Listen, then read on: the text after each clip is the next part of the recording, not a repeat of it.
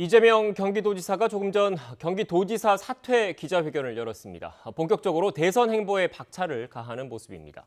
하지만 넘어야 할 산이 만만치 않아 보입니다. 국민의힘 역시 경선 막바지에 다다르면서 윤석열, 홍준표 캠프의 감정의 골이 깊어지고 있습니다.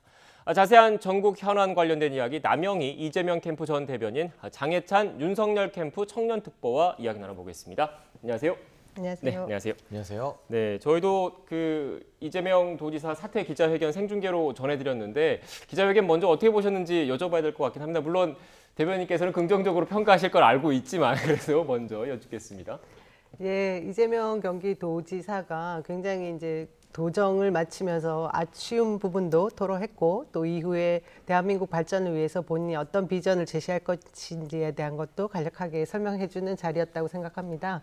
그동안 민선 7기 경기도지사로서 아주 장기간 광역단체장의 1위 성적을 냈던 부분에 대한 설명들이 있었는데요. 저는 가장 기억에 남는 것이 이 코로나 극복을 위한 부분에 있어서 민생 경제를 살필 때 전 국민 재난지원금을 누구보다 앞장서서 이뤄낸 분이 아닌가 하는 부분이 있고요. 또 지역 화폐, 골목 상권을 살리기 위한 지역 화폐 부분도 이재명 표라고 해도 누가 이의를 달지 않을 거라고 생각합니다. 그 외에도 많은 부분이 그 경기도민의 삶의 질이 바뀌는 부분에 누구보다 천착을 해서 성과를 냈던 부분이 오늘날 제1 여당 대통령 후보로 우뚝 서게 한 것이 아닌가 그런 기자회견이었습니다. 네, 예상대로 긍정적으로 평가를 해주셨는데 특보님께서는 좀 결이 다르실 것 같아요? 네, 저는 예상대로 부정적인 평가를 조금 할 수밖에 없을 것 같은데요. 일단 지사직에서 물러나는 이재명 지사의 마음이 상당히 무거울 것 같아요. 오늘 이 본인의 측근과 관련해서 대장동 관련된 여러 의혹들이 새롭게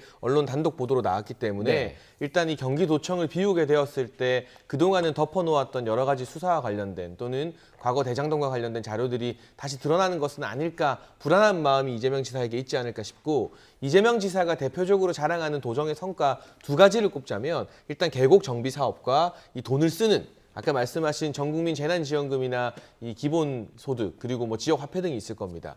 그런데 이 계곡 정비 사업 같은 경우는 같은 민주당 출신의 남양주 시장, 지금 더불어민주당 소속입니다. 이건 경기도의 업적이 아니라 남양주의 업적이라면서 공개적으로 법적인 송사까지 지금 뭐 하고 있는 상황 아니겠습니까? 그럼 남아 있는 것이 결국 이재명 지사가 국민들에게 각인되고 나름 잘했다고 평가를 받는 게 돈을 쓴 것인데 대통령은 돈을 쓰는 자리가 아니라 이제 나라 살림을 위해서 돈을 벌어와야 하는 자리입니다. 이제까지 지자체 기초단체장이나 광역단체장으로 예산을 잘 쓰면서 받아왔던 평가가 과연 국가 지도자로서 어떻게 돈을 벌고 미래의 먹거리를 만들어낼 것인가 이 부분으로 넘어가게 되면 완전히 또 다른 평가 점수를 받을 수 있기 때문에 저는 앞으로 이재명 지사 남은 대선 기간 동안 어떻게 벌 것인가에 집중하는 메시지를 많이 내야 되는데 준비가 지난 이 더불어민주당 경선 과정을 보면 그렇게 많이 돼 있지는 않았던 것 같습니다. 네, 일단 뭐 기자회견 반론하시고 싶으실 것 같은데 다음 주제가 있어서 일단 돈을 쓰는 것, 돈을 먼저 낙수 효과라고 그러죠. 이른바 돈을 먼저 써서 수요를 창출할 수 있다 이런 시각도 있기 때문에 이재명 지사 측에서는 아마 또 그런 반론을 하시지 않을까 싶은데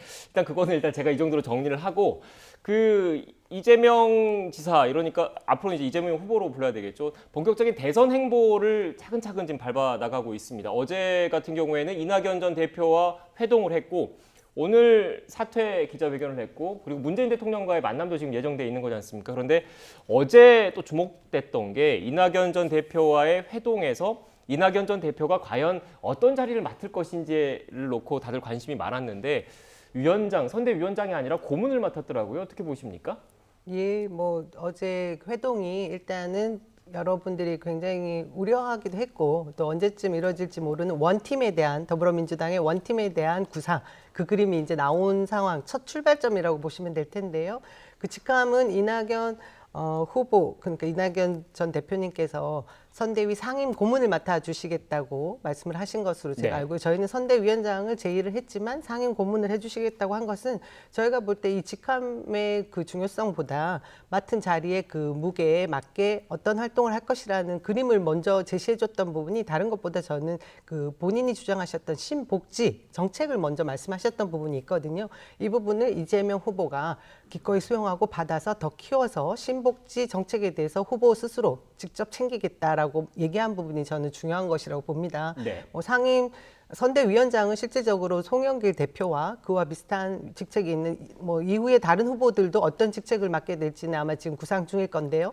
상임 고문 자리라는 것은 이전에 전 대표들 그리고 고문단이 이미 구성되어 있는 자리가 있으니까 그에 걸맞다고 생각하셔서 이 자리를 수락해 주신 것 같고, 저는 조금 전에 말씀드린 것처럼 정책적인 방향을 제시해 준 점이 앞으로 민주당의 원팀이 얼마나 강하게 나가야 되고 국민에게 지지를 받기 위한 그 모습의 중요한 핵심을 짚어주신 부분이라 이낙연 전 대표께서 역할을 그 부분에 더 중점적으로 하시겠다라는 것이 아니었나 그렇게 생각합니다. 네, 하지만 또 일각에서는 고문이라는 자리가 또 위원장과 좀 그 뉘앙스 차이가 있기 때문에 본격적인 선거운동 과정에서는 좀 뒤로 좀 한 발짝 빠져 있으려는 것 아니냐, 아직까지 좀 앙금이 남아있는 것 아니냐 이런 분석도 있던데요. 일단은 고문도 고문이지만요. 밥도 함께 안 드셨더라고요. 그러니까 찻집에서 만났어요. 사실은 보통은 이런 자리 하면 같이 식사하면서 이야기를 하는데 또 정치인들 반주를 기울이기도 하고요. 네. 그만큼 아직 마음의 벽이나 앙금이 해소되지 않았다는 뜻인 것 같고, 상임 고문이라는 자리는 정치권에서 뭐 여러 가지 수식어를 붙일 수 있지만 보통은 마지못해 하는 자리라는 평가를 합니다. 이게 단적인 예가 지난 2007년 한나라당 경선 정말 역대급으로 치열하지 않았습니까? 그 당시 경선에서 아쉽게 밀렸던 박근혜 전 대표였죠. 그때까지만 해도 이명박 전 대통령 선대위의 상임 고문을 맡았습니다. 그러니까 2007년 한나라당 경선처럼 친박 친이가 갈려서 정말 이 사생결단의 싸움을 한 뒤에 마지못해 맡는 자리가 상임 고문이다. 그런데 지금 이낙연 전 대표가 똑같이 상임 고문을 맡았다는 것은 지금 소송을 불사하고 있는 이낙연 전 대표 지지층을 이재명 전 지사 쪽으로 흡수하기에는 상당히 모자란 직책이 아닌가. 사실 이낙연 전 대표가 진짜 원팀에 대한 의지가 있었다면 공동선대위원장 수락하고 같이 손잡고 이 지지자들 앞에서 손도 번쩍 들고 하는 그런 퍼포먼스가 반드시 필요했거든요. 지난 2주 동안 칩거했기 때문에 그 정도의 강력한 어떤 효과를 주는, 임팩트를 주는 이 모습을 보여주지 않을까 기대했는데 아직까지도 이낙연 전 대표 측의 마음이 조금 덜 풀어진 것 같다. 그리고 지금 이낙연 전 대표 측은 아니지만 그 지지자들이 이 결선 투표 가야 한다는 소송을 제기하고 있지 않습니까? 이게 법정에서 어떤 처분이 나올지 모르는데 혹시나 이낙연 전 대표나 그 캠프 중심부에 있었던 사람들은 아직까지도 이 후보 교체론에 대한 기대를 조금 걸고 있는 것이 아닌가. 그리고 결선 투표가 갈 수도 있다는 생각을 하고 있는 것이 아닌가 생각이 들 정도로 원팀은 원팀이라고 하지만 조금 보여주기식 원팀에 그치지 않았나 하는 아쉬움이 많이 남았습니다. 네. 그런데 굳이 뭐 밥이나 술 안 마시더라도 차를 마시면서 충분히 대화를 나눌 수 있을 것 같다라는 반론이 가능하실 것 같습니다. 제가 그 점에서 네. 뭐 야권에서는 여전히 민주당 내부의 갈라치기를 원하시니까 저런 목소리를 높이시는 건 당연한 건데요. 사실 뒤에 또 그려지지 않았던 조그만 부분을 뭐 여기서 밝혀드리자면 그 차 회담 그 이후에 또 저녁에는 모 의원님 상갓집이 있었습니다. 거기서 또 만나셔가지고 그쪽 이낙연 대표님뿐만 아니라 옆에 같이 고생하셨던 의원님단과 이재명 후보 측과 또 만나서 긴한 얘기도 나눴고요. 저는 이 어제의 회동이 뭐 막걸리 회동으로 좀 더 진하고 걸작하게 이렇게 보여주는 그런 쇼가 또 가미된 회동이었다면 좀 더 뭐 이런 구구한 이야기들을 덜 남길 수는 있었을지언정 제가 볼 때는 그 형식보다 내용면이 굉장히 중요한 것인데요. 아까 걱정해 주신 것처럼 그 뛰었던 선수, 이른바 그 후보나 의원단들 외에 지지층은 아직까지 그 마음의 벽이 굉장히 두터웠던 부분은 제가 볼 때도 남아있다라고 생각합니다. 일정 정도의 앙금이 분명히 느껴졌고 어제 그 뭐 장 외에서 벌어졌던 일종의 소란들도 있었거든요. 그런 부분은 인정을 해야 되고 저희가 이 정치인에게 일반 지지자들이 자신의 그 가치관을 투영시키는데 이 감정이입이 제가 볼 때는 그 프로 선수들보다 더 심한 과잉 몰입이 있는 경우가 많이 있는 것 같습니다. 그 부분에 대한 시간은 분명히 필요하고 그렇다고 한들 후보 교체론까지 가는 그런 상상은 제가 볼 때 과한 상상이다 싶습니다. 그렇기 때문에 무엇보다 누구보다 더 노력을 해야 되는 것은 이재명 후보 측이고 그리고 당, 원팀 정신이라고 생각합니다. 네, 제가 짧게 보론하면 송영길 대표 역할이 참 중요할 것 같아요. 이게 우리 당 일이 아니기 때문에 더 객관적으로 볼 수 있지 않겠습니까? 그런데 송영길 대표에게 마음을 다친 이낙연 전 대표 측 지지자분들이 참 많더라고요. 네. 이재명 지사도 지사지만. 그리고 경선이 끝나고 나서 반발하는 이낙연 전 대표 지지층을 향해서 송영길 대표가 일배 같다 뭐 이런 식의 말도 안 되는 비유를 썼거든요. 여기에 대해서 훨씬 더 엄중한 수준의 사과 조치가 뒤따라야만 이 이낙연 전 대표 지지층이 마음을 그래도 조금 추스릴 수 있지 않을까. 당 대표에게 가장 중요한 것은 여야를 떠나서 공정한 경선 관리인데 그 부분에 있어서 아쉽다는 지적이 계속 나왔다면 본인은 억울할지 몰라도 당 대표가 총대를 맨다는 표현을 쓰죠. 십자가를 지고 사과하고 이 이낙연 전 대표 지지층을 추스르기 위한 조금 더 적극적인 액션을 취해야 될 필요가 있지 않을까 싶습니다. 네, 제가 지금 그 남 대변인 말씀하셨던 것 중에 처음 듣는 얘기가 있어서 먼저 질문 드리려고 했는데 특보님이 먼저 답변을 하셔가지고 다시 질문을 드릴게요. 이낙연 전 대표와 이재명 후보가 저희가 어제 봤던 그 모습에 별도로 또 만났다는 거잖아요. 네네. 그 만난 시간은 얼마 정도 되고 어떤 대화들이 좀 나눠졌는지가 좀 궁금하거든요. 이제 공식적으로 나가서 뭐 브리핑이 됐거나 한 내용이 아니어서 제가 더 자세하게 말씀드리기엔 좀 어렵고요. 네. 뭐 그 장례식장이었는데 그곳에서 저 일정 부분 장례식장에 가셔가지고 만나서 그 자리에 앉아서 얘기하는 정도 수준으로 생각해 주시면 될 것 같습니다. 그리고 이런 식의 스킨십이라고 해야 되겠죠. 더 잦아질 것이고 이제 오늘 이재명 후보가 이재명 지사직을 내려놓았으니 지금부터라고 생각해 주시면 될 것 같습니다. 네, 알겠습니다. 지금 공식적으로 브리핑한 내용이 아니니까 조금 조심스러우신 네네. 것 같긴 한데 하지만 또 이렇게 일각에서는 또 불편한 시선에도 여전한 것도 사실인 것 같습니다. 특히 방송인 김어준 씨가 그 이재명 후보에 대해서 사실상 지지 선언을 한 것을 놓고 이낙연 캠프 측에서 불편한 기색을 드러내기도 했는데요. 관련된 그래픽이 있는데 먼저 좀 그래픽을 띄워주시겠습니까? 일단 어떻게 보셨습니까? 특보님께서는 이런 그 분위기에 대해서. 근데 저는 이 국민의 세금 또는 서울 시민의 세금으로 운영되는 방송 진행자가 특정 후보에 대한 지지 의사를 노골적으로 밝힐 수 있다는 게 가능한 일인지 상식적으로 납득이 좀 안 되고요. 그동안 김어준 씨의 정치적 편향성에 대해서 많은 지적이 있어 왔음에도 불구하고 자리를 굳건히 지키고 계시는데 이건 민주당 내부에서도 지금 문제 제기가 있었던 것처럼 만에 하나 역지사지로 YTN이나 또는 다른 시도의 어떤 교통방송 진행자가 특정 야당 후보를 지지한다, 우리가 도와줘야 된다 이렇게 말하면 그분이 그 진행자 자리를 유지할 수 있겠습니까? 방송가의 상식으로 말이 안 되는 일 아닌가요? 그런데 이 김어준 씨 같은 경우는 이런 발언을 해도 글쎄요 자리를 내려놓을 가능성이 아마 크지 않을 것으로 보여지는데 그동안 이런 편향된 시각으로 서울 시민들의 세금으로 운영되는 교통방송 진행했다는 것 자체가 사실상 문제인 것이고요. 지금이라도 이 이낙연 전 캠프 측에서 좀 적절하게 지적한 것처럼 이런 편향성을 공공연하게 드러내실 거면 새로 구성될 이재명 후보의 선대위에 합류하시는 게 맞다. 더 이상 서울 시민의 세금으로 이 특정 후보를 위한 선거운동을 하면 안 된다. 이건 뭐 이재명 지사 잘못은 아니죠. 이게 김어준 씨의 잘못입니다. 그런데 이 뭐 방송 상식상 저도 방송을 참 오래 한 사람입니다만 도저히 용납 안 되는 일을 너무 당연하게 별거 아닌 것처럼 넘어가는 그러한 관행이 지금 문재인 정부 말미에 들어서 공공연하게 일어나는 게 아닌가 좀 경악스럽습니다. 네, 어떻게 보십니까? 저는 일단 하나 지적하고 싶은 것이 이낙연 캠프 측이라고 말씀하셨는데 이미 캠프는 해산됐고요. 그쪽에 관여하셨던 전 대변인님께서 이제 자신의 페이스북에 지적했던 사안을 이낙연 전체 캠프 전체의 의견으로 말씀하신 것은 오류가 있다라고 지적을 하고 싶고요. 네. 그다음에 오늘 지금 지적되고 있는 내용들이 그 개인 유튜브 방송이지 않습니까? TBS 방송 진행자로서의 김어준과 유튜브 채널 진행자로서의 김어준은 분리되는 것이 맞는 것이라고 저는 생각을 하는데 그럼에도 불편함이 있었다라고 지적을 하면 저는 그것은 오롯이 시청자들이 판단할 몫이다 그렇게 생각합니다. 네, 지금 대변인께서 말씀하신 대로 지금 이 발언 자체는 그 TBS 본 방송이 아니라 개인 유튜브 채널에서 했던 게 맞고 그리고 캠프도 이미 해산됐다는 거는 뭐 맞으니까요. 그 부분은 좀 정리를 하고요.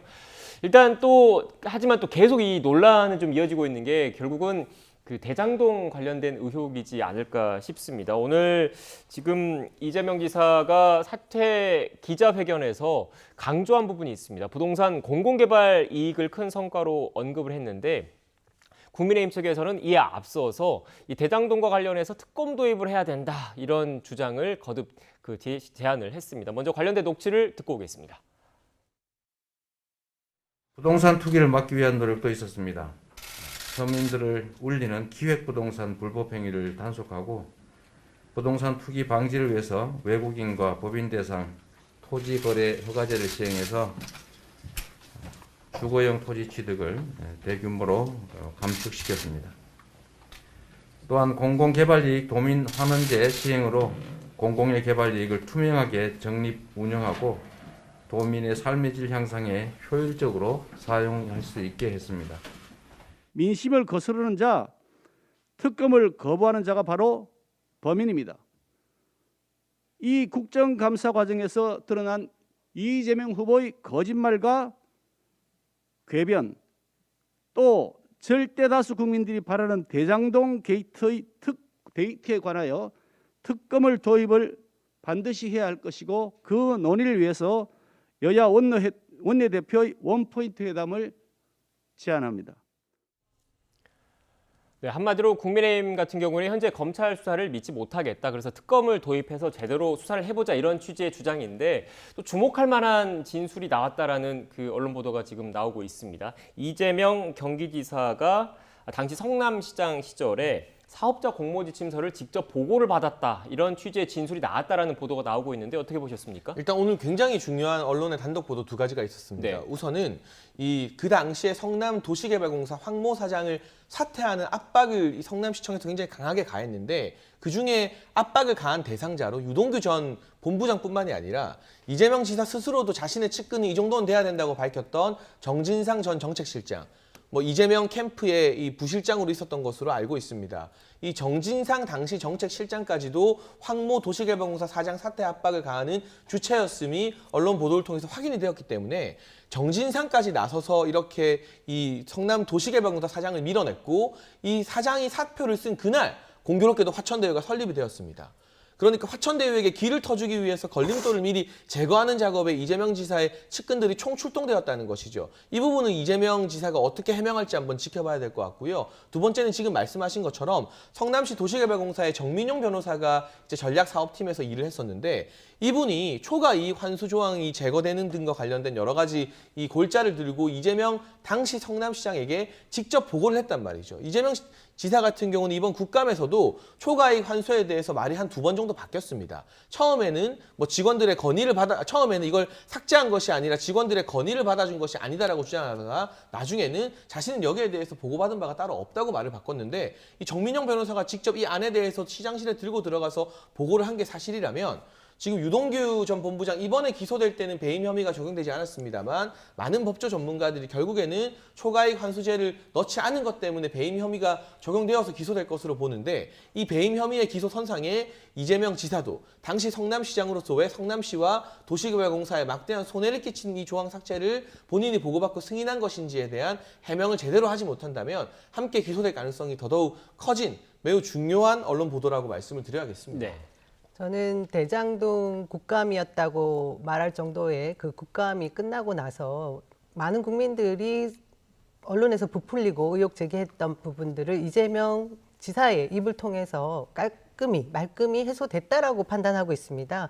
오늘 나온 여론조사도 그것을 반영한 것들이 굉장히 많이 있었는데요. 그 부분 언론에서 지금 다루지 않는 부분이 저는 조금 서운하긴 한데, 그 이후에 지금 제기되고 있는 또 다른 새로운 의혹이라고 말씀하시는 부분들이 있더라고요. 아까 말씀하신 정민용 변호사가 공모 지침서를 들고 이재명 성남시장에게 찾아가서 설명했다라고 하는 언론 보도가 있는가 하면, 그렇지 않았다고 검찰에 가서 진술했다라고 하는 언론 보도가 있습니다. 아직 확인되지 않았다는 정확하게 이 네. 부분은 다시 지적해서 확인하셔야 될 것 같고요. 실제로 이재명 성남시장은 공모지침서를 들고 온 정민용 변호사를 본 적이 없다고 말씀을 하셨고요. 이것은 저희가 다시 체크돼야 된다고 봅니다. 그리고 또 하나, 황모 사장이죠. 그때 성남도시개발공사 사장이 퇴임하는 그 압박을 가했다라는 이런 녹취에 대한 얘기들이 또 나오고 있는데요. 저는 이런 여러 가지 문제들이 결국은 이전에 국민의힘과 그리고 또 일부 우리 쪽 인사들이 계속해서 대장동 의혹으로 제기했던 문제들의 연장선상이라고 보고 있습니다.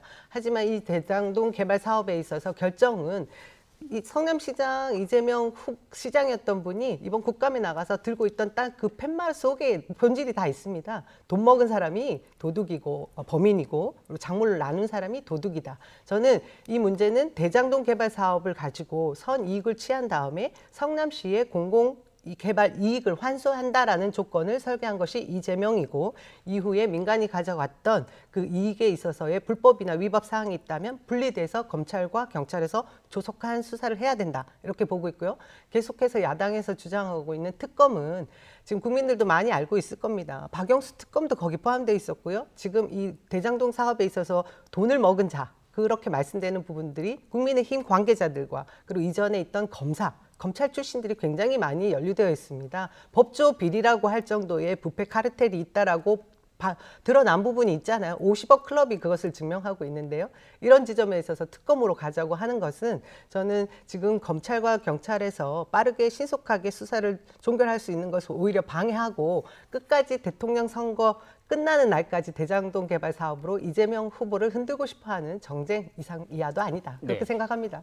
네, 제가 이 부분을 좀 정리를 하고 좀 질문을 하나 좀 추가로 드려야 될 것 같은데 일단 공모지침서를 당시 이재명 성남시장이 직접 보고를 받았다와 관련해서는 저희가 검찰 수사 내용이 구체적으로 확인된 게 아직 없습니다. 언론 보도를 통해서 그런 내용이 나왔는데 이재명 지사 측은 직접 보고받지 않았다라고 말씀하고 보도가 돼 있는 것도 있습니다. 네, 네. 예. 그렇기 때문에 일단 이 부분은 추가적으로 사실관계를 확인할 필요가 있는 것이고 두 번째로 그런데 대변인께 좀 여쭤보고 싶은 거는 일단 그 당시 성남도시개발공사 초대 사장이 임기가 남았었잖아요. 남았는데 중도 사퇴한 거는 이건 이제 팩트인 거고 그 과정에서 뭔가 외압이 있지 않았느냐라는 취지의 그런 녹취록도 공개된 거지 않습니까? 거기에 대한 입장은 어떻습니까? 저는 이 녹취록의 네. 진위 여부도 네. 수사로 밝혀져야 된다고 봅니다. 진위 여부를 예, 좀 예, 확인해봐야 예. 된다. 네. 여기에 대해서는 어떻게 생각하십니까? 그러니까 녹취록이 지금 와서 갑자기 조작될 가능성은 대단히 낮다고 보여지고요. 정진상이라는 이름이 드디어 수면 위로 등장한 것 자체가 오늘 사퇴하신 이재명 지사 입장에서는 굉장히 마음 무거울 일일 것 같고 자주 등장했어요. 그리고 또 한 가지 특검이 도입돼야 되는 이유 이제 상설특검법에 의해서 8일이면 특검이 지명돼서 도입될 수 있습니다.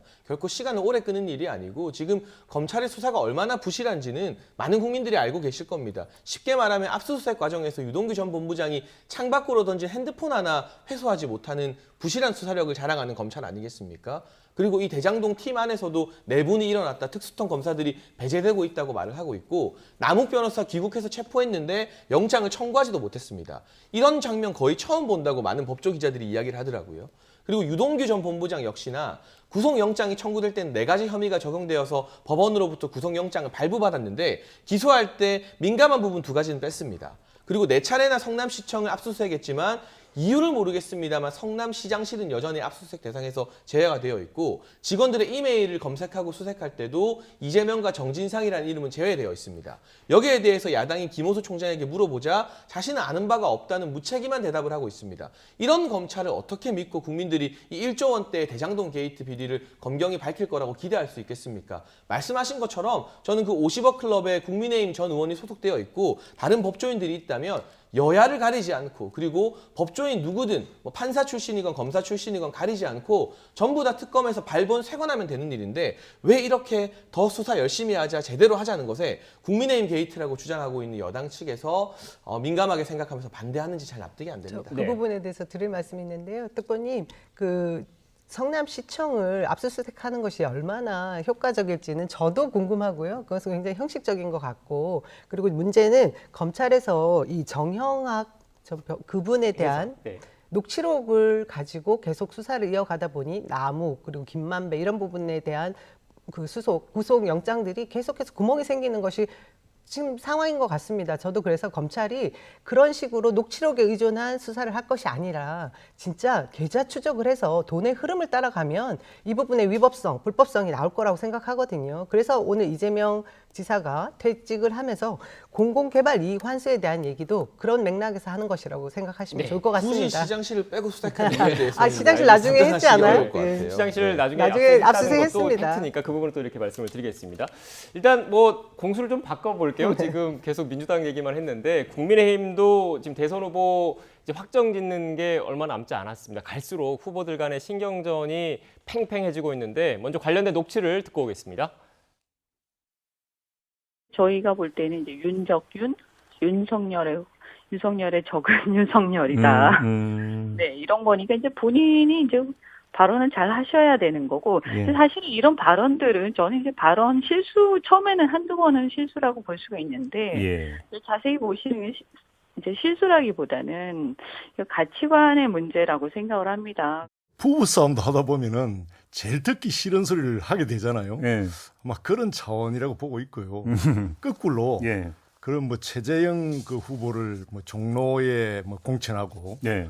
또 뭐 조경태 의원을 부산시장으로 공천하려고 했냐 이렇게 묻는다면 굉장히 모욕적으로 들리지 않겠어요? 아. 네, 홍준표 캠프에서 윤석열 전 총장 실언 리스트를 만드니까 윤석열 캠프에서도 홍준표 막말 리스트, 이른바 막말 리스트를 공개했습니다. 어떻게 보십니까?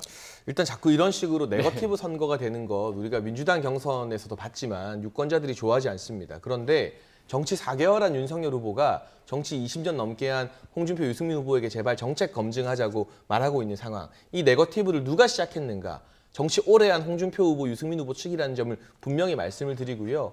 그리고 뭐 서로 실언 리스트, 막말 리스트를 공개했다고 하는데 윤석열 후보의 발언 같은 경우는 전체 맥락을 보면 이해될 소지가 분명히 있는 것들입니다. 그런데 다만 이 정치 신인이다 보니까 이 언론에서 특정 단락만 발췌했을 때 어떻게 자극적으로 보도될 수 있는지에 대한 그런 여의도 문법에 대해서 아직까지 적용해가는 과정에서 나온 발언들인 거죠. 그런데 홍준표 후보가 했던 막말 같은 경우는 이를테면 한 종편 방송사의 경비원분에게 뭐 니까 짓게 뭔데 이런 식으로 말씀하셨다거나 여성 기자분에게 한 대 맞을래 이런 건 전체 맥락을 볼 거 없이 말 그대로 그냥 막말인 것이거든요. 그래서 똑같은 리스트라 하더라도 국민들이 받아들이는 강도나 판단의 기준이 저는 분명히 다를 것이라고 생각하고요. 가장 중요한 건 후보끼리는 치열하게 경쟁할 수 있지만 돕는 선수들, 그러니까 정권 교체를 위해서 캠프에 합류하는 사람들까지는 비난하면 안 된다는 것인데 이 김태호 공동선대위원장께서 잘 지적하신 것처럼 그런 식으로 나온다면 뭐 이현주 의원이나 조경태 의원이나 이런 분들도 공천을 노리고 홍준표 캠프에 합류한 것 아니냐 이런 모욕적인 비난을 하면 안 됩니다. 후보끼리 정책 검증이든 도덕성 검증이든 아주 치열하게 하되 나중에 원팀이 될 때를 생각해서 그 후보를 돕고 있는 다른 국회의원들이나 정치인들의 어떤 참여 정신에 대해서는 폄하하는 일이 없었으면 좋겠습니다. 네. 그런데 지금 홍준표 캠프 측이 없기 때문에 제가 홍준표 캠프 측 입장을 전달하지 않을 수가 없을 것 같아서 일단 이런 그 윤석열 전 총장 측의 입장에 대해서 홍준표 캠프 측에서는 뭐 고발사주, 이른바 고발사주 의혹이라든지 아니면 부인 김건희 씨의 도이치모터스 주가 조작 연루 의혹 등과 관련된 의혹이 꾸준하게 제기가 되고 있고 또 뭐 전두환 씨 관련 발언이라든지 이런 어떻게 보면 실언들이 이어지고 있는 상황에서 각 중진 의원들을 또 영입을 해서 줄 세우게 하는 것 아니냐 이렇게 반박을 할 수 있다는 점 참고로 말씀을 드리고요. 다른 당이지만 어떻게 보셨습니까? 아까 특보님 말씀하신 것처럼 정책이 실종하고 계속해서 흑색 선전만 난무하게 되면 결국 그 손해는 우리 국민들에게 돌아가는 것입니다. 근데 이 점에 있어서 굉장히 중요한 부분이긴 하지만 저는 또 냉혹하고 아주 철저한 그런 검증은 또 따라줘야 된다. 그런 지점에 있어서 지금 윤석열 후보의 그 전두환 옹호 발언은 이후에 뭐 개사과 그리고 그것을 어디에서 찍었냐. 저는 그 논란이 중요한 것 같지 않습니다. 그가 적어도 대한민국 지금 4차 산업혁명을 얘기하고 있는 이런 시대에 그가 가진 정책 국정 운영 철학 그리고 가치관이 무엇인가에 대한 검증을 놓고 볼 때 지금 전두환 씨라고 얘기하는 정도 아니겠습니까? 전 대통령의 자격도 박탈한 우리 국민들의 정서를 완전히 무시하고 그리고 쿠데타와 5.18을 뺀 나머지는 정치를 잘했다라고 말할 수 있다는 것 자체가 아주 천박한 역사 인식을 드러낸 것이거든요. 저는 그것에 머무르는 것이 아니라 그리고 미숙한 정치 그 동안의 이 기간 이런 것을 계속 얘기하시는데요. 저는 대통령 자리라는 것이 연습으로 되는 자리가 아니라고 생각합니다. 그분은 지금 이미 홍준표 캠프 측만 얘기한 것이 아니라 공수처에서 입건되어 있는 그 고발사주 의혹이나 그리고 장모에 관한 부분 그리고 최근에 또 불거진 부분이 있지 않습니까? 검찰 사유화에 관한 부분인데요. 양평동 아파트 장모 가족이 1,000억 원대의 개발 이익을 누릴 때 당시에 검사였던 윤석열 검사가 어떤 관계가 있는지에 대한 의혹들도 지금 제기되고 있는 상황입니다. 저는 이분이 윤석열 후보가 대통령 후보가 되기 전에 가지고 있던 이력은 30년 가까운 검사 이력입니다. 검사 이력 동안 정말 정의롭게 대한민국의 살아있는 권력을 향해서 그의 권력을 썼다라고 하면 지금 대통령 후보로서의 자격을 모든 국민들이 인정해 줄 것이라고 보는데요. 철저하게 가려져 있는 부분이 많이 있는 부분을 검증해야 되는 것이 지금 국민의힘의 그 몫이라고 생각합니다. 네. 그 검증을 민주당이 인사청문회에서 저는 참 잘했었다 생각을 하고요. 민주당 분들이 하나같이 모든 의혹이 다 사실이 아니더라라고 인사청문회 때 2019년 때 말씀을 해주셨던 부분이고 정치 20년, 30년 하신 분들이 정말 국민 눈높이에 맞게 그동안 정치 잘했다면 왜 윤석열 후보가 정치 신상으로 국민들의 부름을 받아서 나와서 주요 대선 주자로 경쟁하고 있겠습니까? 다 그만한 이유가 있기 때문에 정치 오래 하신 분들이 오히려 전 좀 반성할 일이 아닌가. 그리고 이 자리에서도 제가 새삼 느끼지만 민주당 분들은 줄기차게 윤석열 후보만을 비판합니다. 그 이유가 무엇일까? 정권 교체에 있어서 가장 큰 이 변수가 된다고 민주당에서도 윤석열 후보를 인정하기 때문에 홍준표 후보나 유승민 후보는 비판하지 않고 윤석열 후보만을 비판하는 것이 아닌가 하는 것을 한 번 더 체감하고 돌아갑니다. 부끄러운 지점이 너무 많고요. 일일 일망언과 행동이 결국 실력이라는 생각이 들기 때문에 비판하는 것입니다. 네, 대변인께서 아까 여론조사 결과 한번 다뤄보고 싶다는 말씀도 하셨는데 또 전두환 씨 관련된 발언 이후에 나온 여론조사 결과가 있어서 그걸 하나 보고 일단 마지막으로 지금 이야기를 나눠야 될 것 같은데요. 그래픽이 준비되는 대로 좀 띄워주십시오. 일단 여론조사 결과를 보면 지금 윤석열 전 총장의 지지율이 좀 떨어진 모습이 나오고 있습니다. 물론 다른 여론조사 기관이라든지 여론조사 방법, 기관, 문항에 따라 좀 차이는 있겠지만 이것만 놓고 보면 좀 떨어진 측면이 있는데 아무래도 전두환 씨 관련된 그런 논란들, 그 이후에 이어진 논란들이 영향을 미쳤다라고 캠프에서도 판단을 하고 있습니까? 뭐 어느 정도 이제 중도층이나 무당층 사이에서는 걱정하시는 분들의 민심이 다소 반영이 된 것 같고요. 네. 다만 전반적으로 이번 주 이제 주초에 발표된 여론조사를 보면 그동안 이재명 지사가 민주당 대선 후보로 선출된 이후에 컨벤션 효과를 못 누리고 소위 지지율이 떨어지는 역벤션 효과 이야기가 나왔잖아요. 네. 그 이후에 여당 지지층들이 한 번 더 이대로는 좀 위험하다, 안 되겠다, 좀 결집하는 양상이 있고 전반적으로 야당 후보들의 지지율이 다소간의 차이는 있습니다만 고르게 떨어졌습니다. 그런 부분이 또 전체적인 틀에서 영향을 끼친 부분도 있다고 판단을 합니다. 네, 어떻게 저는 보셨습니까? 대장동 국감의 영향이라고 봅니다. 국민의힘에서 그동안에 제기됐던 의혹에 있어서 한 발짝 더 나가지 못하는 것뿐더러 거기에 더해서 가짜 뭐 조폭 그 돈 뭉텅이 사진이든 검증도 안 되는 우스갯스러운 그런 행태를 보여준 것이 저 지지율에도 녹여 있는 것 같고요. 또 대장동 개발 사업에 있어서 이권에 있어서 특혜, 뭐 부당한 개입이 있었는지 없었는지에 대한 이재명 후보의 그 이재명 지사의 설명이 잘 국민들에게 전달됐다. 그런 결과라고 생각합니다. 네, 알겠습니다. 여론조사 결과는 같은데 이렇게 분석과 평가가 엇갈립니다. 네, 지금까지 남영희 이재명 캠프 전 대변인 그리고 장해찬 윤석열 캠프 청년특보와 함께 전국 현안에 대한 이야기 나눴습니다. 오늘 말씀 고맙습니다. 고맙습니다.